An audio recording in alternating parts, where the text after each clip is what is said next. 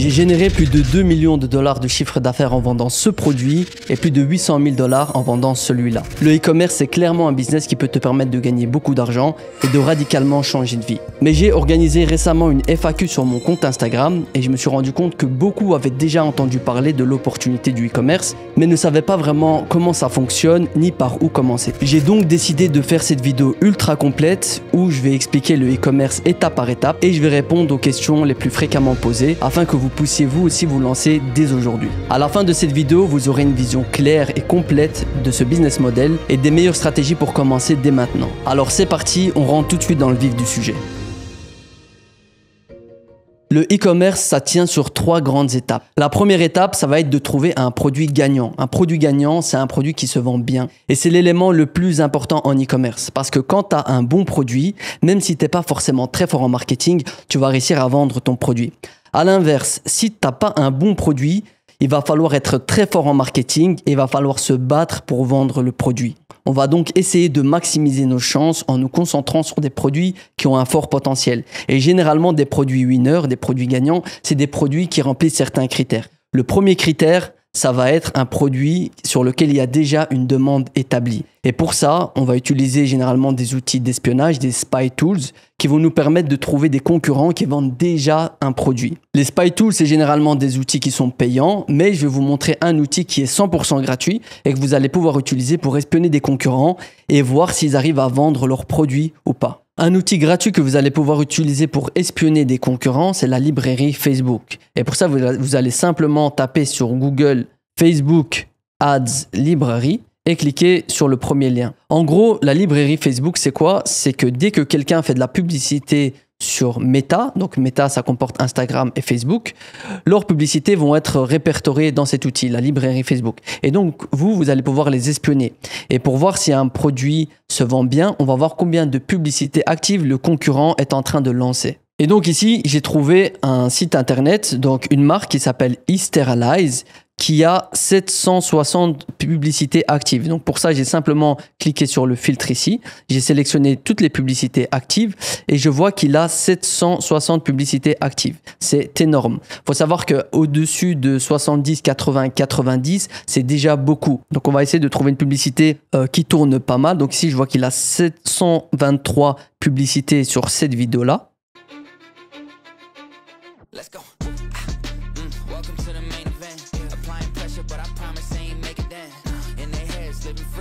Ok, donc on voit ici que c'est un aspirateur qui retire un peu toutes les bactéries des matelas et des tissus.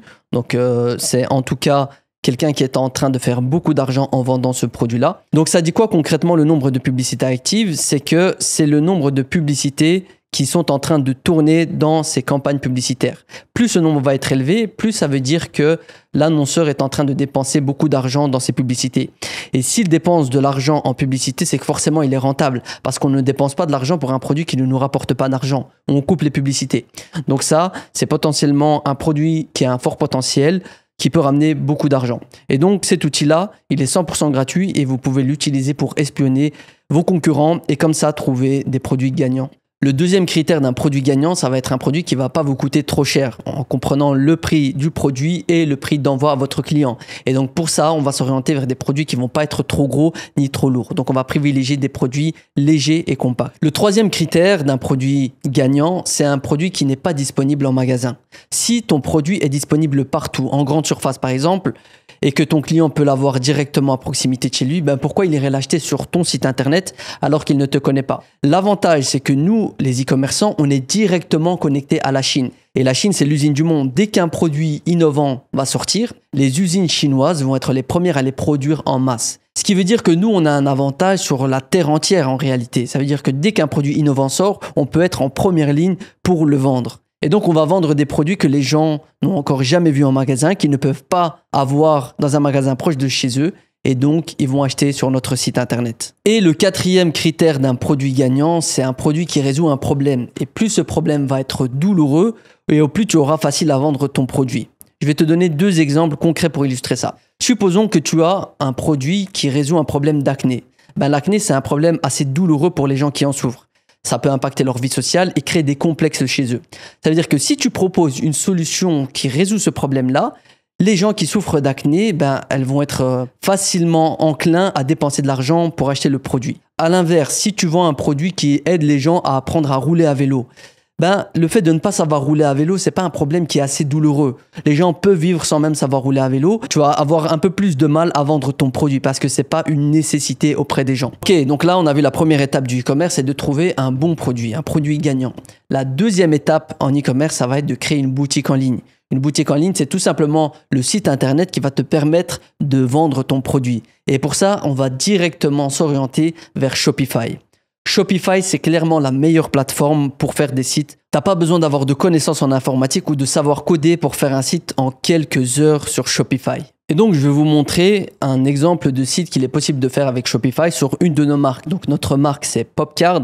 Donc, c'est des avis Google qui permettent de collecter des avis clients pour les commerçants, les personnes qui ont un restaurant, un magasin par exemple. Et donc voilà un rendu que vous pouvez obtenir sur Shopify. Donc vous avez une bannière ici avec beaucoup de bénéfices clients. On peut expliquer les avantages que le produit offre aux clients. Il est possible d'insérer une vidéo comme ceci, de mettre toujours des bénéfices clients. On insiste beaucoup sur les bénéfices que le produit accorde aux clients. Il est possible de mettre des avant-après. Donc ici, on peut voir que sans le produit Popcard, le restaurant en question a une mauvaise note sur Google. Et avec l'utilisation du produit Popcard, il a une bien meilleure note sur Google. Et c'est les avis pour des restaurants, pour les magasins, c'est très important, les avis Google. Et ici, il est possible de mettre le produit, de faire des bundles. Donc des bundles, c'est des compositions de plusieurs produits. Et il est possible d'ajouter au panier. Donc là, le client ajoute le produit au panier. Et il arrive dans le checkout. Donc le checkout, c'est simplement l'étape de paiement. Ici, il entre toutes ces informations pour payer, ces informations de paiement. Et il passe commande. Et donc, une fois que la commande est passée, tu as fait ta première vente sur Shopify. La troisième étape, ça va être d'attirer des gens sur notre boutique pour faire des ventes. Parce qu'une fois que tu as fait ton site internet, les gens ne vont pas arriver par magie dessus. Il va falloir payer de la publicité pour acquérir des visiteurs sur notre site internet. Et pour les publicités, on va généralement s'orienter vers Meta Ads et TikTok Ads. Donc Meta Ads, ça comprend les plateformes comme Instagram et Facebook. Et TikTok Ads, comme son nom l'indique, c'est pour faire de la publicité sur TikTok. Nous, on recommande à 100% de se lancer sur Instagram et Facebook. C'est clairement la meilleure plateforme pour faire de la publicité. C'est la plateforme la plus ancienne qui a énormément de data sur les gens et c'est clairement la plus stable. Avec une bonne publicité et un bon produit, tu vas pouvoir tourner pendant des semaines, voire des mois sur Meta Ads. À l'inverse, sur TikTok Ads, tu vas devoir beaucoup plus rafraîchir tes publicités et c'est beaucoup moins stable. Donc, tu vas avoir des hauts et des bas. Et donc, le format des publicités, ça va généralement être des formats images ou des formats vidéo. Donc, il y en a beaucoup qui vont me dire, oui, mais je n'ai pas de compétences en montage vidéo, ça va être difficile. Non. Pour faire de la publicité en 2025, on n'a pas besoin de matériel compliqué, de caméras professionnelles et de grosses compétences en montage vidéo. Le meilleur outil pour faire des créatifs, des vidéos publicitaires, ça va être votre smartphone. Alors, je vais vous montrer une publicité qu'on a fait pour Popcard. Donc, c'est une vidéo qu'on a simplement enregistrée, Ryan, mon associé et moi-même, dans un restaurant proche de chez nous. Et on a eu juste besoin de notre smartphone et du produit pour enregistrer une vidéo qui nous a ramené des millions de dollars de chiffre d'affaires. Elle est en anglais parce qu'on a lancé ce produit-là principalement sur le marché américain au début. Donc, je vous montre la vidéo en anglais. Here's how a restaurant owner collected 26 positive reviews in one day. This review card allows you to boost your business visibility online by managing your customers' reviews. Use Popcard to collect reviews, attract more customers, and get ahead of competitors. Get a positive online image. Get yours now. Donc, comme vous avez pu le voir, c'est une vidéo assez simple, assez basique. On a simplement enregistré Ryan et moi avec notre smartphone. On a simplement montré le produit en action et ensuite on a mis une voix off par-dessus avec la voix de robotique de TikTok et on a simplement rajouté du texte. C'est tout ce que ça nécessite pour faire de bonnes vidéos. Mais donc le plus important, c'est pas nécessairement la technicité du montage vidéo, mais c'est principalement les éléments marketing qu'on va utiliser et qu'on va dire dans la vidéo. Ok, donc on a vu les 3 principales étapes du e-commerce. Maintenant, je vais répondre à quelques questions qu'on m'a souvent posées. La première, c'est quel budget faut-il pour se lancer? Et il y a beaucoup de formateurs qui prétendent qu'on peut se lancer avec 200 €, voire parfois même 0 €. Non, c'est complètement faux. Le e-commerce est un business et il faut le considérer comme un business. Et malheureusement, dans la vie, pour gagner de l'argent, il faut parfois aussi dépenser de l'argent. Et donc pour se lancer, on recommande d'avoir un capital de 3 000 €, au grand minimum 2 000 €. Mais 3 000 €, je pense que c'est augmenter ses chances de réussite. Moi personnellement, quand je me suis lancé il y a quelques années, je m'étais fixé un montant de 5 000 €, un capital de 5 000 € pour me lancer.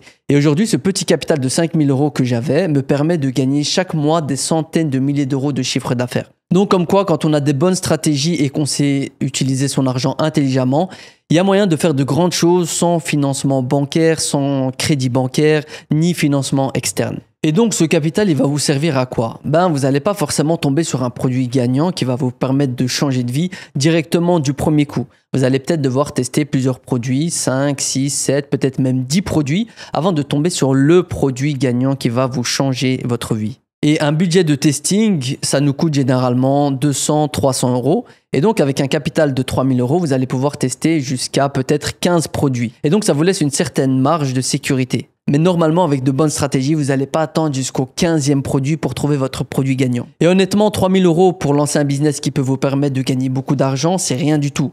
Comparé avec un business, peu importe le business que vous avez en tête. Prenons l'exemple d'un restaurant.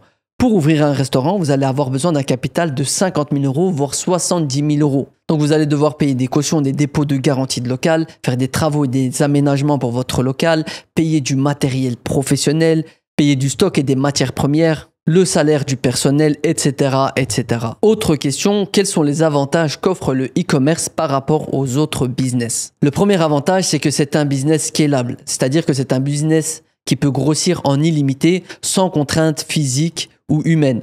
Contrairement à des business physiques, par exemple, qui vont toujours être limités par des contraintes de capacité maximale. Prenons l'exemple d'un restaurant. Un restaurant, il va toujours être limité par rapport au nombre de tables qu'il a disponibles. Et il sera aussi toujours limité par le nombre de personnes qui passent devant son restaurant. En e-commerce, tu peux vendre en illimité dans le monde entier. Prenons l'exemple de notre marque Popcart qu'on a vu précédemment.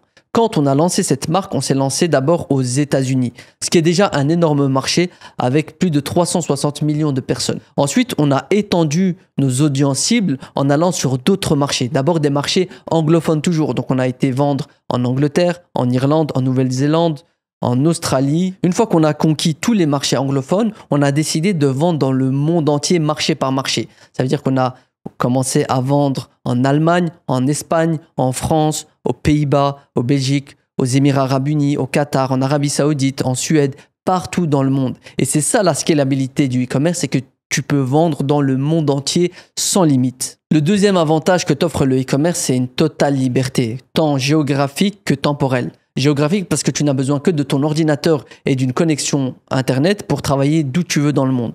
Ça veut dire que tu peux décider de t'expatrier dans un pays qui te plaît, qui te convient et que tu n'es pas forcément restreint à ton pays d'origine. Et la liberté temporelle, c'est que tu te fixes toi-même tes propres horaires, tu deviens ton propre patron. Une de mes plus grosses frustrations quand j'étais salarié, c'est qu'on m'imposait de venir dans un bureau avec des horaires fixes. Peu importe le temps qu'il faisait dehors, et même si j'avais envie de voyager, c'était toujours limité. Là, je jouis d'une liberté géographique et temporelle. Ça veut dire qu'à tout moment, si j'ai envie de voyager, je le fais et mon business continue de tourner. Le troisième gros avantage, c'est que tu peux te lancer avec un petit capital. On en a déjà parlé brièvement, mais je vais rentrer ici un peu plus en détail. Alors, pour te lancer, tu as de tout petits frais de lancement. Donc, tu as tout d'abord ton abonnement Shopify, qui est de 24 $. Et d'ailleurs, en ce moment, ils offrent une promotion avec seulement 1 $ par mois pendant 3 mois. Donc, si ça t'intéresse, il y a le lien d'inscription à Shopify juste en dessous de la vidéo. Ton deuxième frais de lancement, ça va être ton nom de domaine. Donc, c'est l'URL de ton site internet qui va te coûter 15 € environ. Et puis, tu as une série de petites applications à mettre sur ton site internet pour l'optimiser et quelques outils de spy, d'espionnage qui vont te permettre d'analyser des concurrents pour optimiser ta recherche de produits gagnants. Ça va te coûter à peu près ces applications autour de 150 €. Donc pour un total de moins de 200 €, tu peux te lancer en e-commerce. Et le reste de ton capital, il va te permettre de tester des produits jusqu'à ce que tu tombes sur un produit gagnant qui va te faire gagner beaucoup d'argent. Autre question qu'on me pose assez fréquemment aussi, c'est faut-il commencer en dropshipping classique ou directement avec un agent? Et donc je vais commencer par expliquer un peu les deux méthodologies. Le dropshipping, ça fonctionne comme ça. Donc vous avez votre client qui va passer une commande sur votre site internet à 50 €. Une fois que vous avez reçu les 50 € de votre client, vous allez passer commande auprès de votre fournisseur. Donc vous allez payer les produits à 15 € chez votre fournisseur. Et donc les personnes qui font du dropshipping classique, elles utilisent généralement AliExpress comme fournisseur. Et donc c'est votre fournisseur sur AliExpress qui va lui-même envoyer le produit à votre client directement. C'est-à-dire que vous n'avez pas à gérer de stock, vous n'avez pas à gérer d'envoi, d'expédition vers vos clients. C'est votre fournisseur qui s'occupe de ça. Et donc les avantages du dropshipping classique, c'est que vous n'allez pas avoir à gérer de stock et vous n'avez pas de risque d'invendu. Mais l'inconvénient, c'est que vous n'avez pas de contrôle sur la qualité des produits ni sur les délais de livraison. Il se peut que votre client reçoive des produits avec des écritures en chinois ou avec des étiquettes d'AliExpress. Et ça peut vraiment nuire à votre image de marque. La deuxième manière de faire du e-com, c'est de travailler avec un agent en Chine. Un agent chinois, c'est une personne qui aura un entrepôt en Chine chez qui vous allez stocker votre produit, votre stock, et qui va pouvoir envoyer les produits directement à votre client pour vous. Les avantages de travailler avec un agent chinois, c'est que vous allez avoir premièrement des prix plus intéressants et moins chers que sur AliExpress. Vous allez également avoir un contrôle sur la qualité de vos produits que vous allez envoyer à votre client et vous allez avoir un contrôle sur les délais de livraison. Et vous allez avoir aussi la possibilité de brander vos produits. Ça veut dire que vous allez pouvoir ajouter un logo sur vos produits et faire des packaging personnalisés. La seule difficulté de travailler avec un agent, qui est pour nous la meilleure option, c'est que généralement les agents demandent un minimum de commandes, un minimum de volume avant de travailler avec un e-commerçant. Ça veut dire que si vous débutez, que vous ne faites pas encore de vente, vous allez peut-être avoir un peu de mal à trouver un agent qui va accepter de travailler avec vous. Mais si vous êtes membre du programme d'accompagnement Business Brothers, on fournit des agents qui acceptent de travailler avec des débutants qui ne font pas encore de vente et donc qui se lancent. Autre question qu'on me pose régulièrement pour les musulmans qui ne veulent pas faire de dropshipping parce que c'est haram, donc c'est illicite de vendre un produit qu'on ne possède pas. Alors, je vais personnellement pas rentrer dans la divergence de est-ce que c'est licite ou illicite, mais je vais vous donner une solution pour éviter de vendre un produit que vous ne possédez pas. Et la solution, c'est de travailler avec un agent en Chine, un agent chinois, chez qui vous allez envoyer quelques pièces du produit que vous voulez vendre. Donc, vous n'allez commencer à vendre, à lancer vos publicités que quand vous allez avoir du stock chez lui. Et pour ça, vous devez commander que quelques pièces, 3 pièces à 5 pièces qui vont vous permettre de tester votre produit sans gros risque de produits invendus et sans gros capital. Donc, ça ne va pas vous coûter cher d'acheter 3 à 5 pièces, vous les stockez chez votre agent et là seulement vous lancez vos publicités. Ça va vous permettre de tester le produit avant de faire des gros stocks parce qu'on n'investit pas de gros budget en stock tant qu'on n'a pas la certitude que le produit se vend bien. Et donc avec cette solution, vous êtes dans les règles, vous vendez un produit que vous avez en stock. Et une fois que vous avez épuisé vos stocks, que vous avez la confirmation que ce produit se vend bien, là seulement vous commandez plus de stock, une dizaine, une vingtaine de pièces et vous continuez à vendre votre produit normalement. Donc voilà, j'espère que vous y voyez plus clair sur le fonctionnement du e-commerce et que vous saisissez l'opportunité que c'est de se lancer en 2025. Si vous estimez que ce business model vous correspond et que vous avez envie de vous lancer, on propose un programme d'accompagnement chez les Business Brothers qui comporte une formation complète de A à Z. On vous explique toutes les stratégies pour se lancer, ainsi qu'un accompagnement au sein du Discord où on peut répondre à toutes vos questions quotidiennement. Je vous mets le lien juste en dessous de la vidéo et si vous êtes intéressé à vous lancer, on se retrouve de l'autre côté dans le Discord. À bientôt.